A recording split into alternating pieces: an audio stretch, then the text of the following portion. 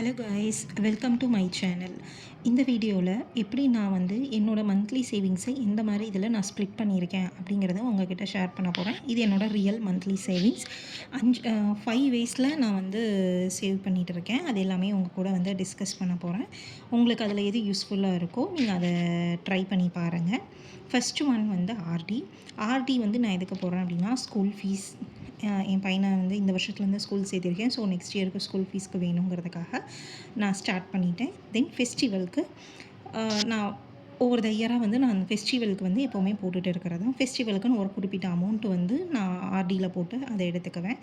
தென் travel, வருஷத்துக்கு ஒரு தடவையாவது எங்கேயாவது வெளியே போகணும் அப்படிங்கிறது வந்து எங்களுக்கு ஒரு தாட்டு.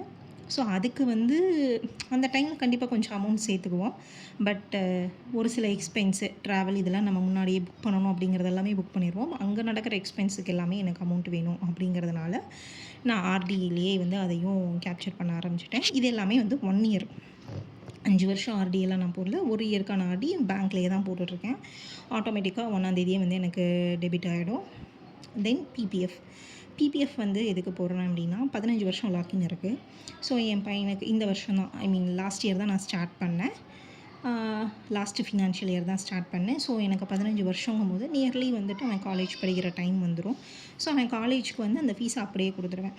அதில் வந்து நான் எவ்வளோ அமௌண்ட்டு போடுறேன் அப்படின்னா, ரொம்ப கம்மியாக தான் போடுறேன். அவனுக்குன்னு சொல்லிவிட்டு நான் ரொம்ப கம்மியாக தான் போடுறேன். இன்னொரு பிபிஎஃப்பும் ஓப்பன் பண்ணியிருக்கேன். அது என்னோடய ரிட்டையர்மெண்ட் ஃபண்டுக்காக, டேக்ஸ் ஃப்ரீங்கிறதுனால சரி அதில் ஒரு பார்ட் இருக்கட்டும் அப்படிங்கிறதுனால அதுலேயுமே வந்து நான் கொஞ்சம் இன்வெஸ்ட் பண்ணிட்டு தான் வரேன். என்னோடய ரிட்டையர்மெண்ட்டுக்கும் ஆகும், டேக்ஸ் ஃப்ரீங்கிறதுனால நமக்கு இதில் 3லேயுமே டேக்ஸ் கட்ட தேவையில்லை. நெக்ஸ்ட்டு வந்து மியூச்சுவல் ஃபண்டில் என்ன பண்ணுறேன் அப்படின்னா, சின்ன சின்ன அமௌண்ட் போடுவேன். சம்டைம்ஸ் வந்து 500 போடுவேன், ஒரு சமயம் 5000 கூட போடுவேன்.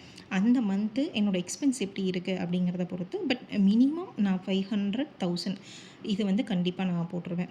சப்போஸ் எனக்கு ஏதாவது ஒரு எக்ஸ்ட்ரா இன்கம் வருது, இல்லைன்னா ஏதாவது ஒரு போனஸ் இந்த மாதிரி ஏதாவது வருது, எக்ஸ்ட்ரா இன்கம் இன்னும் நான் ஜென்ரேட் பண்ணல, போனஸ் ஏதாவது வருது அப்படின்னா நான் டேரெக்டாக மியூச்சுவல் ஃபண்ட் தான் ப்ரிஃபர் பண்ணுவேன். அதனால தான் என் மியூச்சுவல் ஃபண்ட் போர்ட்ஃபோலியோ 1 lakh கிட்ட வந்து வந்துருச்சு. பட்டு இன்னும் கன்சிஸ்டண்ட்டாக அதில் வந்து புஷ் பண்ணணும் அப்படிங்கிறது வந்து தாட் இருக்குது. Let's see. 4வது வந்து பார்த்திங்கன்னா, சிட் ஸ்கீமில் போட்டுட்ருக்கேன்.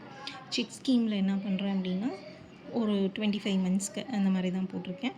ஒரு அர்ஜெண்ட்டாக இப்போ எனக்கு வந்து இன்னும் ஒரு அர்ஜெண்ட்டாக மணி தேவைப்படலாம் அப்படிங்கிற ஒரு சிச்சுவேஷன்ஸ் வந்து வரலாம் அப்படிங்கிற ஒரு ப்ராபபிலிட்டியில் இன்னும் ஒரு 1 year 2 yearsக்குள்ளே நடக்கலாம்.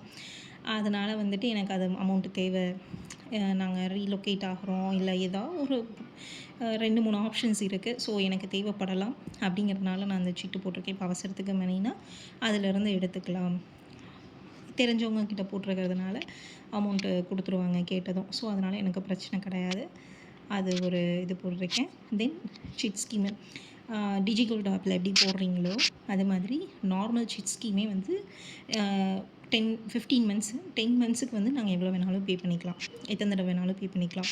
விலை கம்மியாக இருக்க அன்றைக்கி எவ்வளவோ அமௌண்ட் கொடுத்து பே பண்ணிக்கலாம். இவ்வளோ தான் அமௌண்ட்டு அந்த மாதிரிலாம் எதுவும் கிடையாது. எவ்வளோ வேணாலும் கொடுத்து பே பண்ணிக்கலாம்.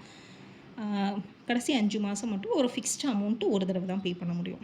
அந்த 5 மாதம் மட்டும்தான் சிட்டு, நார்மல் சீட்டு மாதிரி ஒர்க் ஆகும்.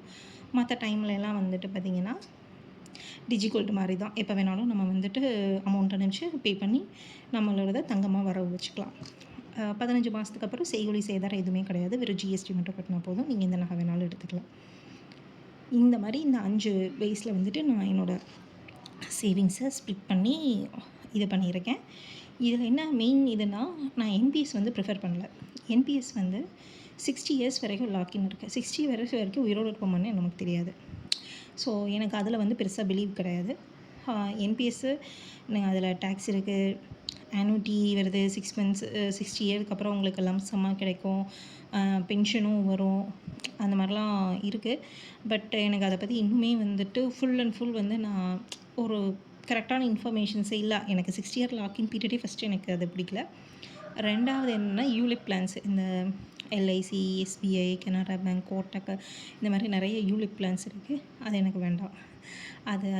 அதில் வந்துட்டு அதுக்கு பதிலாக நான் மியூச்சுவல் ஃபண்டில் போட்டுக்கலாம் அந்த அமௌண்ட்டை. இதர் இட்ஸ் கெயின் ஆர் போன் ஒரு நார்மலான மியூச்சுவல் ஃபண்டில் போட்டுட்டு அதில் வர்றதே போதும். இல்லைனா நான் அதை மந்த்லி ஆர்டியாக போட்டு எஃப்டியாக கன்வெர்ட் பண்ணிக்கலாம். பெஸ்ட்டு செக்யூர்டு போஸ்ட் ஆஃபீஸில் போட்டேன்னா எனக்கு அது 5 வருஷத்துக்கு நான் ஆர்டியாக போட்டேன்னா அது எனக்கு இன்னுமே 10,000 ரூபாய் கட்ட சொல்லி 10 வருஷம் கட்டிட்டு 10 வருஷம் விட்டுட்டு அதுக்கப்புறம் தருவாங்களாம்மா. அதுக்கு நான் ஆர்டியாக போட்டு வச்சேன்னாவே எனக்கு அது 10 லட்சத்துக்கு மேலே போயிடும். எஃப்டி வந்து இப்போ நான் ப்ரிஃபர் பண்ணலை. ஏன்னா அது டேக்ஸபிள் இன்ட்ரெஸ்ட்டில் வந்து டேக்ஸ் இருக்கிறதுனால இப்போ ப்ரிஃபர் பண்ணலை. ஹோப் உங்களுக்கு இந்த வீடியோ பிடிச்சிருக்கும்னு நினைக்கிறேன். என்னோடய சேனல் சப்ஸ்கிரைப் பண்ணிக்கோங்க. உங்களுக்கு இந்த வீடியோ பிடிச்சிருந்தால் லைக் பண்ணிக்கோங்க. நீங்கள் எப்படியெல்லாம் சேவ் பண்ணுறீங்க, எந்தெந்த மெத்தடில் சேவ் பண்ணுறீங்க அப்படிங்கிறத கீழே கமெண்ட்டில் சொல்லுங்கள்.